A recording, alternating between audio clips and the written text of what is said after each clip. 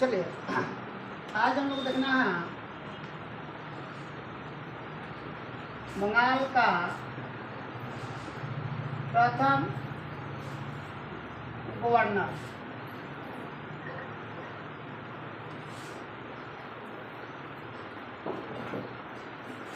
याद रखिए आप लोग, रॉबर्ट क्लाइव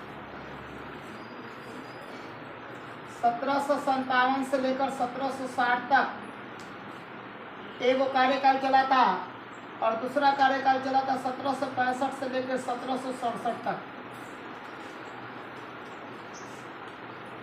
बता दें कि बंगाल का गवर्नर बनने का इसका इतिहास कैसा रहा। ये एक साधारण व्यक्ति था, रॉबर्ट क्लाइव एक साधारण व्यक्ति था। वह ब्रिटिश ईस्ट इंडिया कंपनी में क्लर्क के रूप में काम कर रहा था। रॉबर्ट क्लाइव का कार्यकाल बंगाल के गवर्नर पद पर 1757 से लेकर 1760 तक और दूसरा का कार्यकाल रहा है 1765 से लेकर 1767 तक। लेकिन इनका इतिहास बहुत अजीब रहा है। इन्होंने शुरुआती दौर में ब्रिटिश ईस्ट इंडिया कंपनी के क्लर्क पद पर काम कर रहे थे, परंतु इसमें इनकी अपनी योग्यता के अनुसार, इनकी दूरदर्शिता को देखते हुए इनको ब्रिटिश ईस्ट इंडिया कंपनी के सर्वोच्च पद पर बैठाया गया। सर्वोच्च पद पर बैठाया गया। यह एक क्लर्क के रूप में आए थे, परंतु इनको योग्यता के देखते हुए ब्रिटिश ईस्ट इंडिया कंपनी के सर्वोच्च पदों पर इनको बैठाया गया। तो इनके बता दें कि रॉबर्ट क्लाइव पहला, ठीक ना,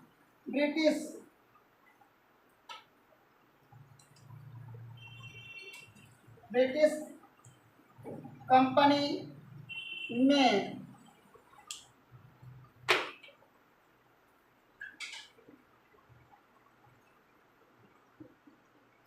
क्लर्क के रूप में काम किया।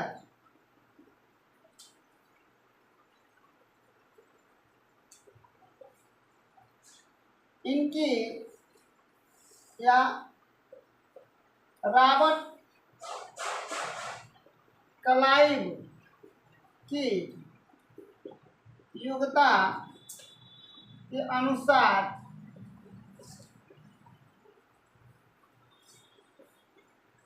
ब्रिटिश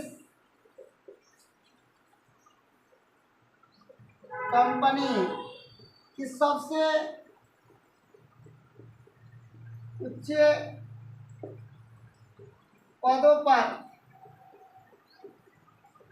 बैठाया गया। परंतु ये ब्रिटिश ईस्ट इंडिया कंपनी के या ब्रिटिश कंपनी के विश्वास पर हमेशा खरा उतरते रहे। रॉबर्ट क्लाइव के शासन में 1757 ईस्वी में 1757 ईस्वी में प्लासी की युद्ध हुई और अंग्रेजों की जीत हुई।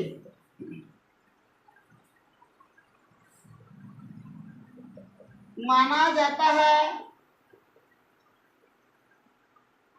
भारत में ब्रिटिश साम्राज्य का मुख्य संस्थापक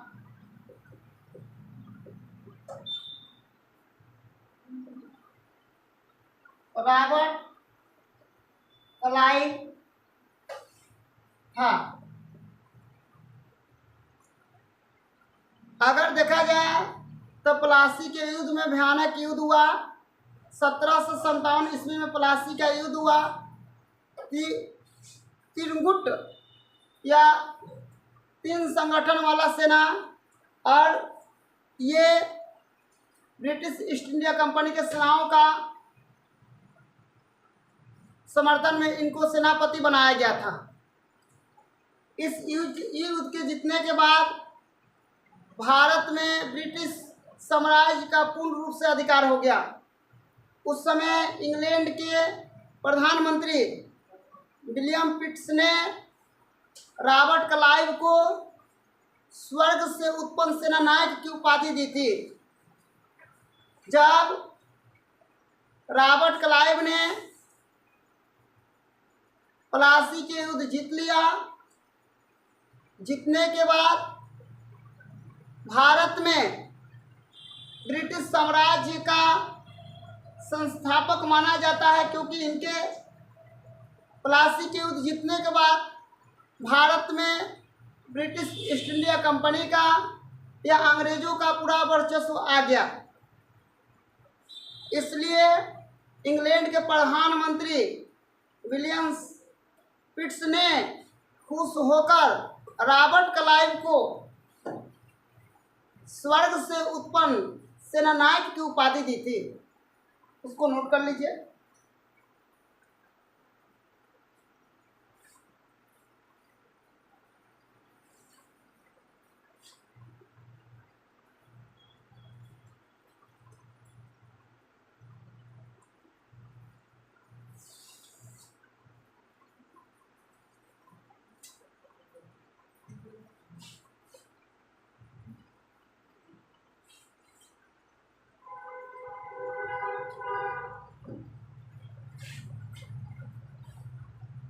इसी बीच में बेंसी टायर्ड का कार्यकाल 1764 से 1764 से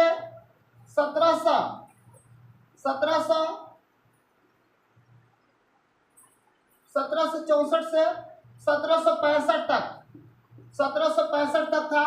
इन्हीं के कार्यकाल में बक्सर की युद्ध हुआ था।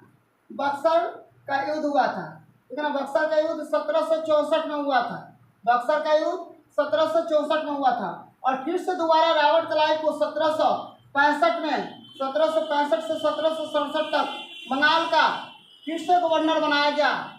उस समय 1765 ईस्वी में बक्सर के युद्ध में बुरी तरह से हारे हुए। सॉरी, यहाँ पे मैंने एक चीज गलती बताया। प्लासी के युद्ध में त्रिगुट सेना नहीं थी। बक्सर के युद्ध में त्रिगुट सेना थी। बक्सर के युद्ध में त्रिगुट सेना थी।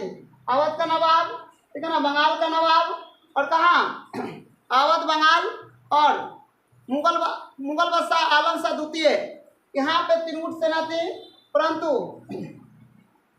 उस समय क्या हुआ, युद्ध करते हुए अंग्रेजों ने इस युद्ध को क्या कर लिया था, जीत लिया था। अंग्रेजों ने इस युद्ध को क्या कर लिया था, जीत लिया था। इस युद्ध का नेतृत्व ठीक है ना, मुनरो हेक्टर मुनरो कर रहा है। 1764 में बक्सर का युद्ध में अंग्रेजों का जीत हुई, और 12 अगस्त 1765 और 16 अगस्त 1765 में दो संधि हुई। 1765 दो संधि हुई। इसको इलाहाबाद की संधि कहा जाता है। इलाहाबाद की संधि कहा जाता है। इलाहाबाद की संधि कहा जाता है। इलाहाबाद की संधि कहा जाता है। इलाहाबाद की संधि के बाद ठीक है ना, बंगाल, बिहार और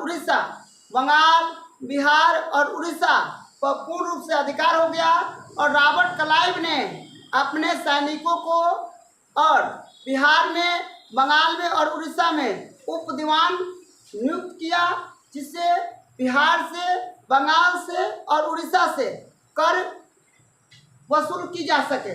कर वसूल करने के लिए बंगाल से ठीक है ना, सिताब राय को बंगाल से बिहार से सीताब राय को, उड़ीसा से राय दुर्लभ को और बंगाल से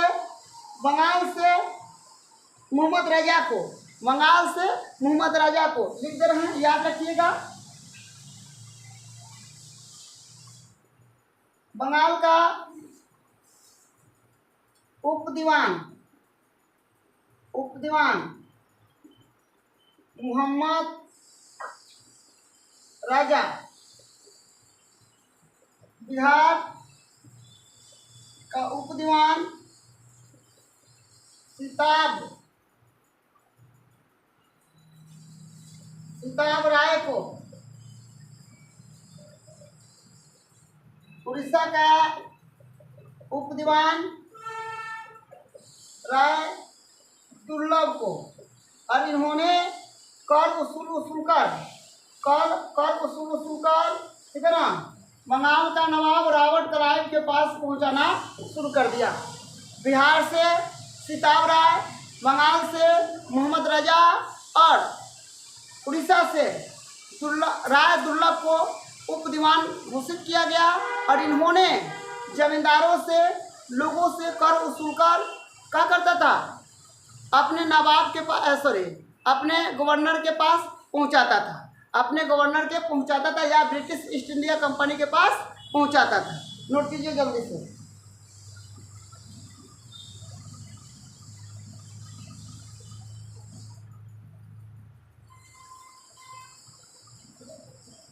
हो गया? नहीं आ रहा है, लिख रहे हैं लेकिन बोले तो हैं, तो बोले तो आसानी से आ जाना, कोई दिक्कत नहीं।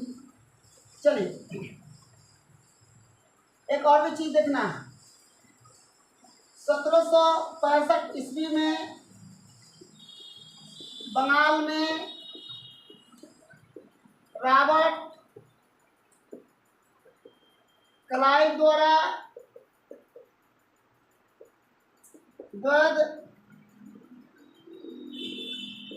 द्वैध शासन लागू कर दिया गया, जो 1765 से 1772 ईस्वी तक चला। 1772 ईस्वी तक चला।